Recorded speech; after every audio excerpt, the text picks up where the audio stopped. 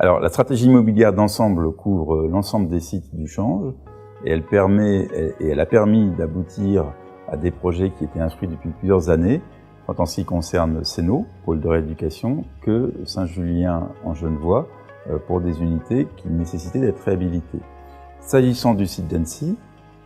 8 ans après son ouverture en 2008, nous avions, pour de nombreuses disciplines cliniques, un sujet de saturation des infrastructures avec des situations de difficultés chroniques et en termes de plateau technique et en termes de capacité d'hospitalisation. Alors l'objectif du schéma directeur immobilier était de prendre la mesure de l'état actuel de l'établissement, regarder le bâti, les organisations fonctionnelles, de comparer avec l'ensemble des orientations médicales envisagées dans les 5 prochaines années et d'essayer de trouver des solutions court, moyen et long terme qui répondent à toutes les attentes médicales au développement des activités constatées sur le site. Alors c'était effectivement assez étonnant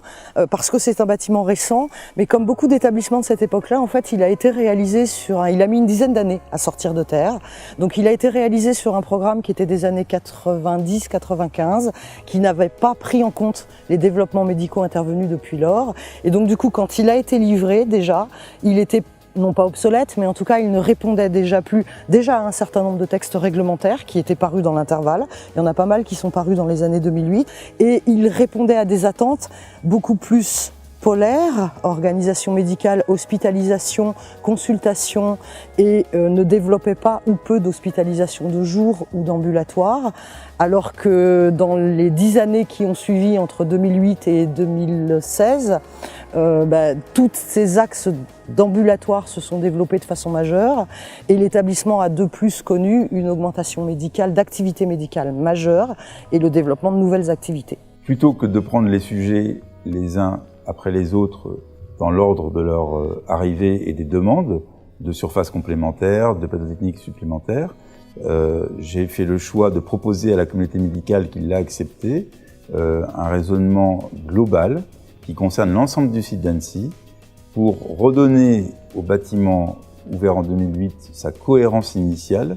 au plan du parcours patient et au plan de sa lisibilité pour les équipes soignantes. Le plan directeur redonne une cohérence de flux, redonne une cohérence de lisibilité par rapport à l'ensemble des activités, redonne des surfaces à tout le monde, ce qui est aussi une réponse adaptée par rapport à la fois à la prise en charge des patients, mais également aux conditions de travail de l'ensemble des personnels médicaux et paramédicaux de l'établissement,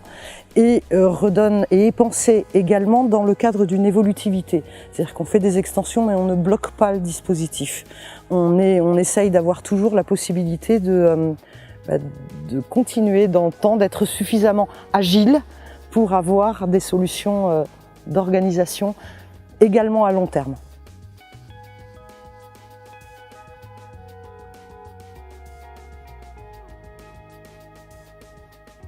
Alors, cette opération vise à construire un ensemble immobilier de 230 lits et places en soins de suite et en USLD avec nos partenaires associatifs, la Marterey Santé Bien-être. Ce programme a été élaboré en fonction de plusieurs priorités. Bien évidemment, améliorer les conditions d'accueil des résidents et des patients et les conditions de travail des agents et de l'ensemble du personnel. Il s'agit également de promouvoir les technologies innovantes dans les domaines de la rééducation et de la réautonomisation des personnes atteintes de maladies chroniques dans le cadre du vieillissement ou en situation de handicap.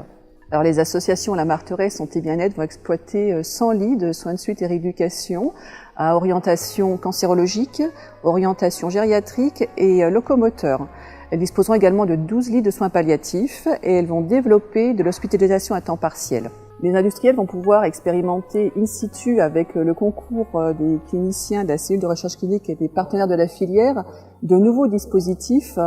dans les domaines de la rééducation et de la réautonomisation. Alors, les grandes orientations du bâtiment, c'était surtout de créer un lieu de vie pour les patients, accueillant, hôtelier plutôt qu'hospitalier, et aussi un outil pour le personnel, pratique, utile, permettant depuis les postes de soins pour ce qui est des unités d'hospitalisation, une vision autant à la fois sur les lieux de vie que sur les circulations d'unités et les lieux d'hébergement, et puis créer surtout une zone commune permettant une communication entre ces deux entités et aussi un lieu de vie et de déambulation pour l'ensemble des gens à l'intérieur. Autant au niveau du hall qu'on a travaillé dans un esprit hôtelier pour rendre l'accueil plus facile et plus agréable, que la cafétéria en plein centre et ses lieux d'animation, et puis ce grand promenoir qui a déterminé une grande partie de notre projet, permettant à tous les gens de l'ensemble de cet hôpital d'avoir une vue couverte, mais ouverte complètement sur le grand paysage.